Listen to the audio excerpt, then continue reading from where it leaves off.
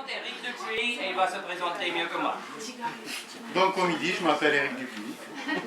C'est bien ça. Et je suis au Japon depuis plus d'une quinzaine d'années, presque 20. J'ai travaillé un peu comme tout le monde qui est arrivé au Japon à droite à gauche avant d'arriver à me mettre à mon compte, à travailler en tant qu'indépendant. Et depuis, je me sens libre de pouvoir faire ce que j'ai vraiment envie de faire. Et depuis, je le fais. C'est ce que j'ai envie. Alors, au départ, mon idée, qui n'était pas que la mienne, nous étions plusieurs, au moins 3 personnes, nous avions créé au tout début une fête de la musique, comparée à celle qui se fait en France, en Europe, en Amérique, un peu partout. Il n'y a que vraiment en Asie que ça ne se fait pas trop. Et nous cherchions avec des amis, ces amis-là, mes amis à moi, un endroit pour faire cette fête de la musique, un espace pas cher, parce que la fête de la musique, en fait, normalement, c'est gratuit. C'est le jour de la communication à travers la musique, à travers l'art, et on voulait faire ça. Et on a tellement galéré dans Tokyo de trouver une salle pas chère et ouverte à tout le monde qu'on s'est dit... enfin, on a pu le faire quand même, on a trouvé cette salle, qu'on a payé cher. Donc on a fait payer cette soirée, journée fête de la musique, relativement cher aux gens qui sont venus écouter les musiciens que nous on avait trouvés et qu'on avait programmés. Et depuis on s'est dit on va essayer de trouver, nous créer notre propre espace dans lequel on pourra proposer des événements, soit musicaux ou autres, à des prix intéressants pour que les artistes, ou pas seulement les artistes, les gens qui ont envie de montrer ce qu'ils sont capables de faire, de créer, de pouvoir le faire à des prix intéressants. Au départ, nous avions appelé ça Alter Ego. Nous voulions monter une association. Et après avoir cherché toutes les possibilités de créer une association au Japon, on s'est aperçu que c'était très limité. On ne peut pas vraiment créer d'association comme il existe en France, des associations faciles à monter. Ici, il faut être en NPO, NGO, et c'est très complexe à monter ce style d'association. Donc, je me suis tout simplement mis en freelance, à mon compte, pour créer tout ça. Donc, au départ, voilà, c'était, comme je viens de dire, après avoir organisé la fête de la musique, nous avons eu envie de créer un espace dans lequel chacun aurait la possibilité de s'exprimer. Et j'ai trouvé un vieux bâtiment dans lequel j'ai pu faire un double espace. Un endroit où il y avait une école de français, dont j'enseigne le français, et à côté un atelier événement où là on offre un espace, on loue un espace aux gens qui sont prêts à montrer leur création, à autant exposer que faire des ateliers, des événements, un peu de tout. Il y a eu vraiment beaucoup de choses qui se sont passées. Ce bâtiment qu'on voit là à droite, ici, c'est un vieux bâtiment qui a été construit juste après la guerre, qui était à Ogikubo, qui était vraiment très vieux. C'était un ancien bâtiment avec des appartements sans salle de bain.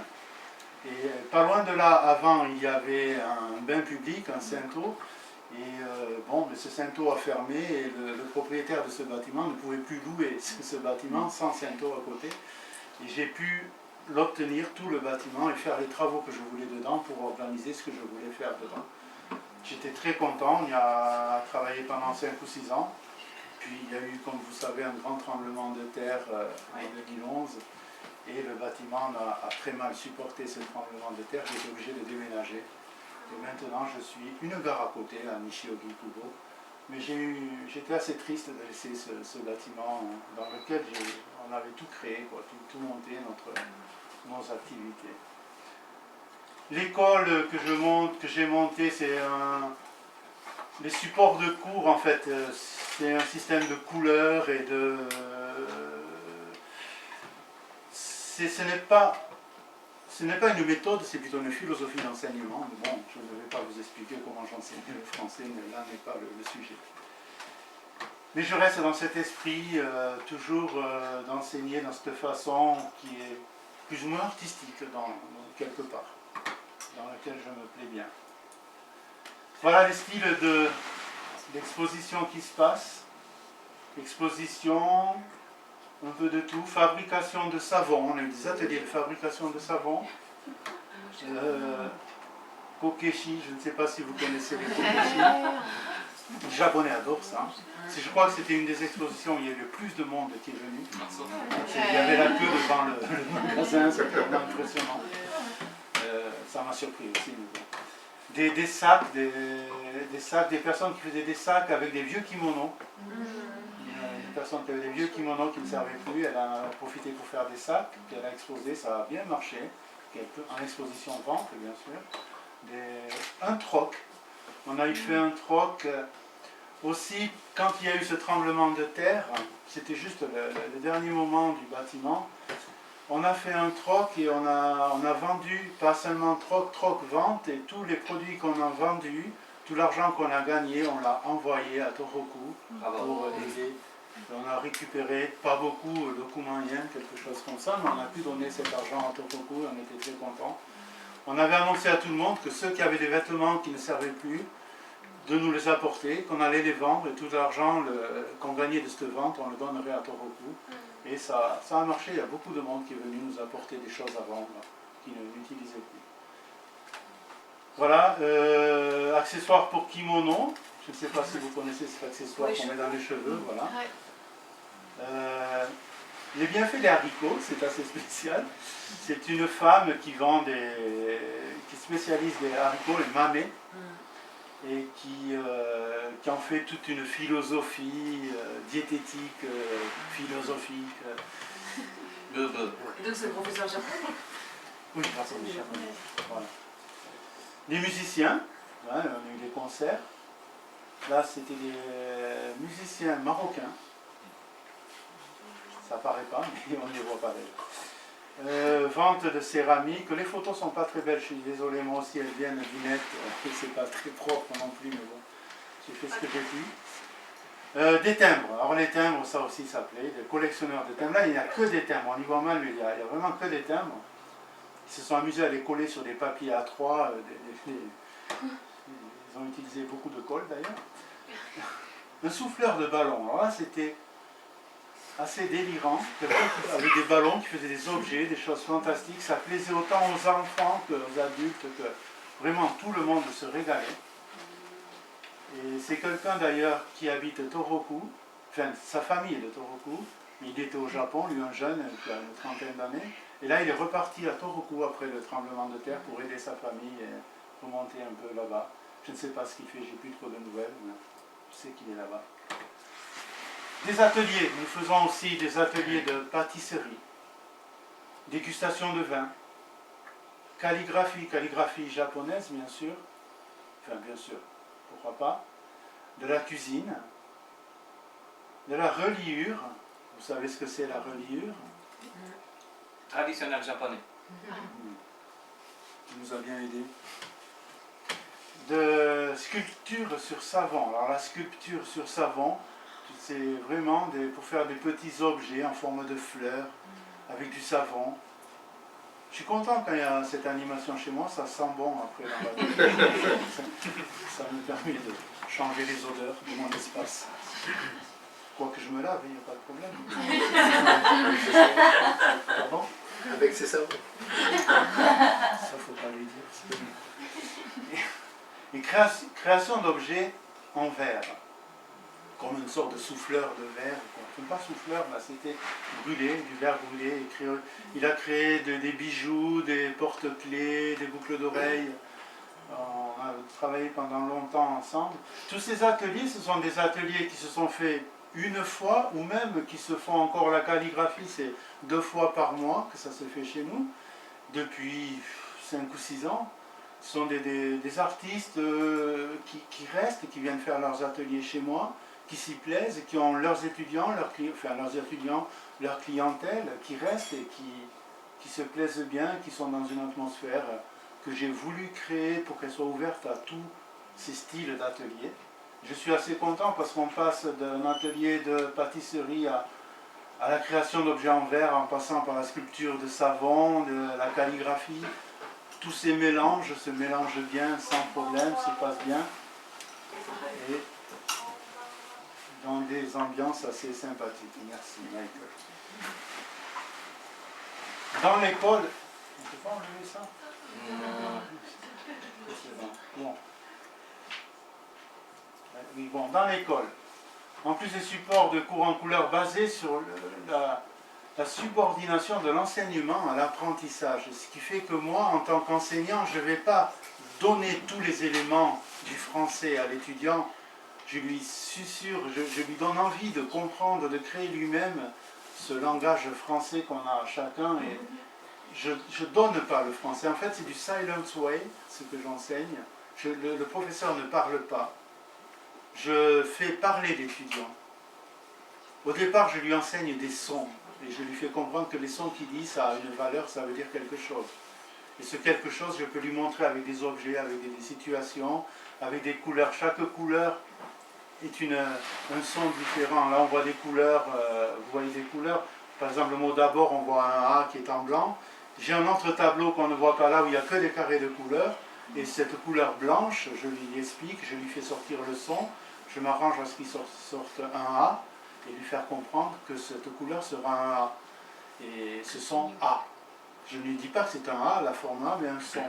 Donc grâce à cette pédagogie permet de montrer des sons, ce qui permet de retenir plus facilement des sons dans un langage. Au lieu de faire écrire l'alphabet, je fais prendre conscience du son qu'on est capable de créer chacun, en transformant les sons du japonais en allant vers le français, en montrant des sons sur un tableau de couleurs. C'est plus facile de repérer des couleurs qu'un alphabet, en fait, pour repérer des sons.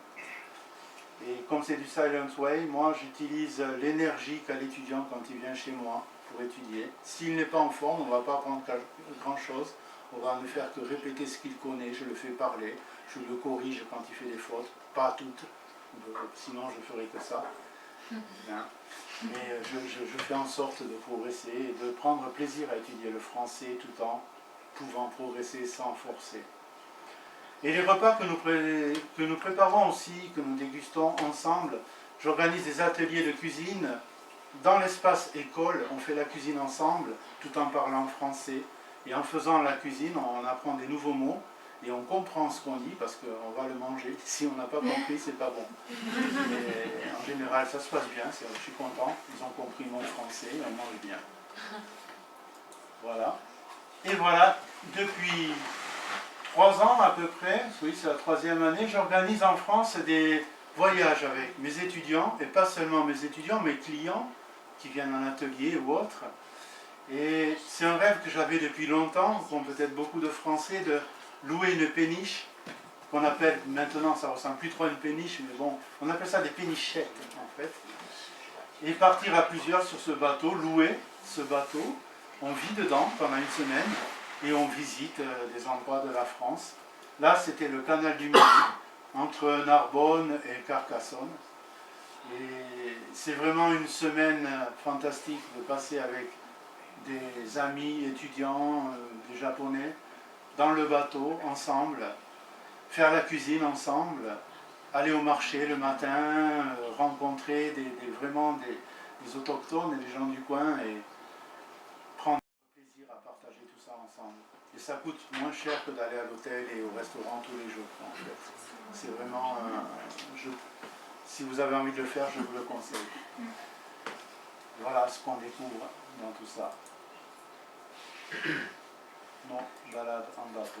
Et j'ai un projet, faire une exposition de produits artisanaux japonais que les Français auraient la curiosité de découvrir ou de mieux apprécier. Donc mon projet, c'est de, au lieu de faire des voyages comme ça en bateau avec mes étudiants, organiser un bateau en France dans lequel il y aurait des cuisiniers japonais qui feraient la cuisine avec des produits français, du terroir français, mais à la japonaise.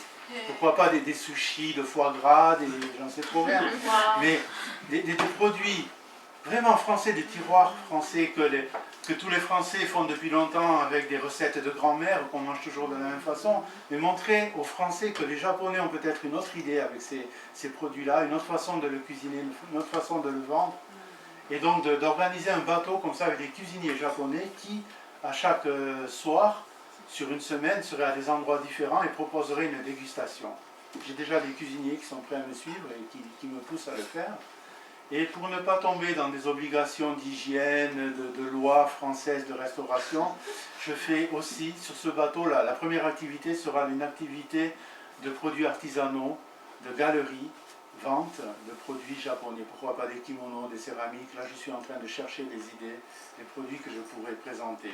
Le premier sujet de ce bateau, ce serait les expositions et en plus de ça, les dégustations pour ne pas être obligé de tomber dans ces lois d'hygiène et d'obligation. Je vais laisser le temps de passer, oui.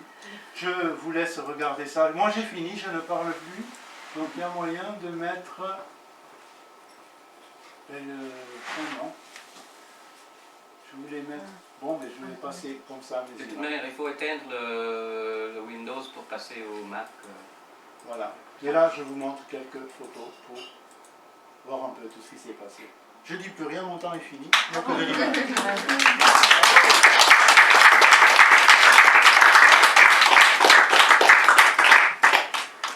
voilà un peu tout ce qui se passe. Vous avez des questions très vite? Il y aurait une question. Tous ces ateliers, c'est des gens du coin, du quartier qui se présentent pour... D'un peu partout. Hein, il y en a qui sont venus de loin. La femme dont je parlais, les mamés, les haricots, elle venait de Hokkaido. Donc, Et moi je suis venue, moi. oui, elle vient de France. De Saitama. Ah oui, je ne t'ai pas mis dans mon... C'est pas grave. Elle est venue pour faire un workshop. Ouais. Ah ouais. Oui. Là, on a vu Et donc ça, c'est... Béatrix qui est venue chez moi aussi plusieurs fois. Et la police qui est venue plusieurs fois? Une exposition assez délire, une exposition érotique, sur l'érotisme. Sur des mangas, des dessinateurs, pas seulement, des objets aussi, des gâteaux en forme de... je ne dis pas quoi. Et évidemment, quand il y a ça, il y a un homme qui avait un peu trop bu, qui est rentré là-dedans, et il n'y avait que des filles autour et qui a voulu abuser un peu. Et la police est venue pour le mettre dehors. Voilà ce que faisait le gars avec les ballons. Ça, c'est des ballons. Voilà. C'est assez délire. Hein. Comme quoi, on peut faire plein de choses. Assez, voilà. Musique baroque.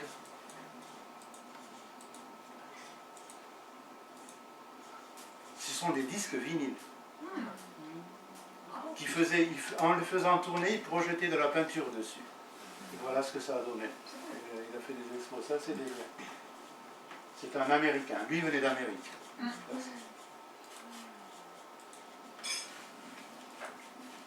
Voilà un peu tout ce qui s'est passé. J'abuse du temps, je suis désolé. Il sera pardonné. Ouais, c'est gentil. Ouais, on fait rakugo. Tomate party. Tomate matsuri. Pied de tomate. C'est fini. Merci.